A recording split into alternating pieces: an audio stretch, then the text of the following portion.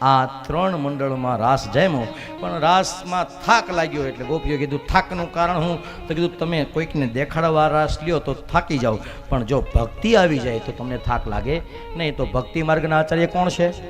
યમુનાજી. યમુનાજીની આરાધના, યમુનાજીનું આશ્રિત થવું, માનો બધી સિદ્ધિઓ આપમેળે તમારી ઘરે આવી જાય. અને એટલા માટે મહાપ્રભુજીએ કીધું છે કે દુનિયામાં સૌથી સહેલામાં સહેલી વસ્તુ હોય ભગવાન સુધી પહોંચવાની તો એક જ છે કે કોઈનો આશરો કરી લો, કોઈને ધણી ધારી લો, કોઈના નામની કંઠી પીરી લો, કોઈનું કંઈક સ્વીકારી લો. તમે ભગવાન એ સ્વીકારી લીધા પછી તમે ગમે ત્યાં જાશો. હા, અને ફોર એક્ઝામ્પલ તમે ભલે અહીંયા બેઠા આગળ દી હાથમાં છે એટલે તમને શું સાંભળશે? તમારું મંદિર સાંભળે, તમારો પાઠ સાંભળે, તમારા ભગવાન તમને. કેમ? તમે તો અહીંયા બેઠા છો. તમારું મન ક્યાં જશે?